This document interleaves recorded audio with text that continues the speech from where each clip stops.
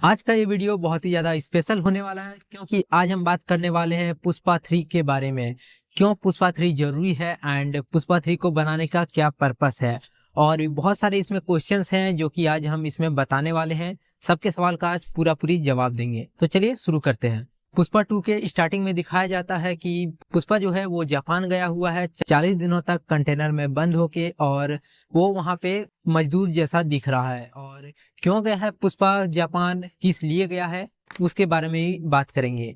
तो देखिए, पुष्पा जो है वो जापान गए हुए हैं एंड उन्होंने जो कपड़े पहने हुए हैं वो है मजदूर वाले, जो कि पुष्पा 1 में जिस तरह से उन्होंने पहने थे उस तरह के। और वहां पे वो कहते हैं कि जो इंडिया से उनका माल तो जापान आ गया, लेकिन जापान का पैसा इंडिया अभी तक नहीं पहुंचा है, तो वो पैसा वापस लेने के लिए गए हैं जापान।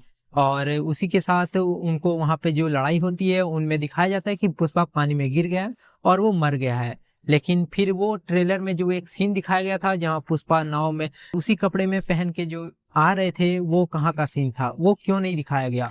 तो इस सारे सवालों का एक ही जवाब मिलता है कि ये पुष्पा 3 के सीन्स हैं जो कि हमें पुष्पा 3 में देखने को मिलेंगे। एंड पुष्पा 2 के ट्रेलर में ही ऐसे बहुत सारे सीन्स हैं जो कि पुष्पा 2 में हमें देखने को नहीं मिले हैं। तो वो सारे सीन्स कहाँ हैं? वो सारे सीन्स पुष्पा 3 में हो सकते हैं। ऐसा हो सकता है कि वो सारे सीन्स हमें पुष्पा 3 में देखने को मिले। एंड पुष्पा 2 का जो एंडिंग था उसमें दिखाया गया है कि पुष्पा 3 द रैम्पेज, रैम्पेज का मतलब होता है झुंड में अटैक करना। और जिस तरह से पुष्पा 2 में दिखाया गया था कि अगर पुष्पा ने सीएम के भतीजे को अगर मार दिया तो वो सिंडिकेट से आउट हो जाएगा और उसे सिंडिकेट से हाथ धोना पड़ेगा, जिसके कारण शायद वो मारा भी जा सकता है क्योंकि उसकी दुश्मनी इस बार बहुत ज्यादा बढ़ गई है।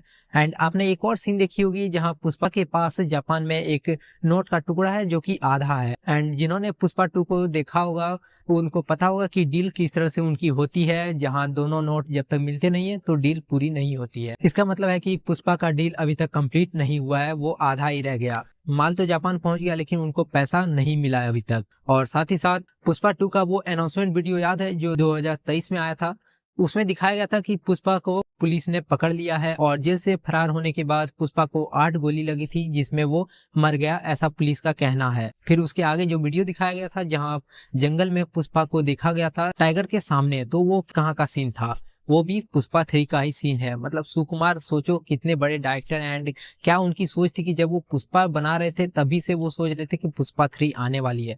एंड पुष्पा 2 के ट्रेलर वीडियो आने से पहले ही उन्होंने पुष्पा 3 का टीजर डाल दिया जिसमें उन्होंने बता दिया है कि ये पुष्पा 3 का है। लेकिन सब लोगों को लगा ये पुष्पा 2 में होगा, लेकिन जब किसी को वो सीन्स नहीं मिले तब ये सवाल सबके मन में आने लगे कि आखिर ये थे कहाँ।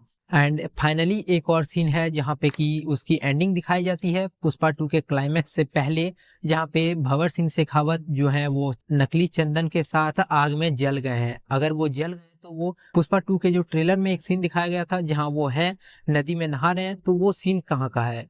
और बहुत सारे ऐसे सीन्स हैं जो कि ट्रेलर में दिखाए गए हैं जो कि पुष्पा 2 में नहीं है, तो वो सीन्स हो सकते हैं पुष्पा 3 में हो एंड भंवर सिंह शेखावत बच गए हो उस आग में। एंड फाइनली आखिरी सवाल, पुष्पा 2 के एंडिंग में जो क्लाइमैक्स में दिखाया गया था जहां पुष्पा के घर में जो शादी थी वो कंप्लीट हो गई थी एंड उसके घर में एक अजीब सा गुलदस्ता भेजा गया था जहाँ पे उसको एक फूलों का गुलदस्ता भेजा गया था और साथ ही में एक अजीब सा दिखने वाला स्कल वाला मास्क, वो किसने भेजा था? और वो बम ब्लास्ट करने वाला वो आदमी कौन था जो कि हमें पहाड़ पे दिखा? और उसके साथ में वो रेडियो क्या कर रहा था जो कि भंवर सिंह शेखावत की थी, जिसमें वो ऑडियो रिकॉर्ड थी पुष्पा वाली, जिसमें उन्होंने बोला था कि अगर दम है तो पकड़ के दिखा शेखावत, अगर पकड़ लिया तो छोड़ दूंगा सिंडिकेट। और वो ऑडियो उसमें रिकॉर्ड था, तो वो रेडियो उसके पास क्या कर रहा है? एंड उसके हाथ भी जले हुए हैं, तो वो कौन था? एंड उसके सर पे बाल भी है, मतलब वो भंवर सिंह शेखावत तो नहीं है, लेकिन हो सकता है जो भंवर सिंह शेखावत को बचाने गया हो उसी टाइम में उसका हाथ जला हो एंड वो रेडियो भी उसको वहीं पे मिला हो। तो क्या ये गोविंद सर हैं जिन्होंने पुष्पा 1 में रोल किए थे एंड उन्होंने पुष्पा को नहीं पकड़ पाने पे छोड़ के चले गए थे? ये भी हो सकता है। एंड वो बॉम्ब ब्लास्ट किसने किया? क्या पुष्पा की फैमिली खत्म हो गई? ये सभी सवाल अभी बाकी हैं। एंड अगर पुष्पा की फैमिली में से अगर कोई खत्म हुआ है, हो सकता है पुष्पा की फैमिली उसमें खत्म हो गई हो। एंड हो सकता है पुष्पा का जो दोस्त था केशव, जो उसका पुष्पा 1 से साथ था, हो सकता है वो शायद मर गया हो। अगर नहीं मरा तो पुष्पा का हमेशा साथ रहने वाला वो आदमी जापान क्यों नहीं गया? पुष्पा के साथ वहां पे क्यों नहीं है? पुष्पा अकेला क्यों है? तो क्या केशव इसमें मारा गया है ये तो नहीं कह सकते, लेकिन देखते हैं क्या होने वाला अगला पार्ट 3 में। लेकिन जो भी हो बहुत ही जल्द आने वाला है पुष्पा पार्ट 3, तो आप लोग इंतजार कीजिए। एंड अगर वीडियो अच्छी लगी हो तो चैनल को सब्सक्राइब और वीडियो को लाइक कीजिए। मिलते हैं इसके अगले वीडियो में, तब तक के लिए बाय बाय।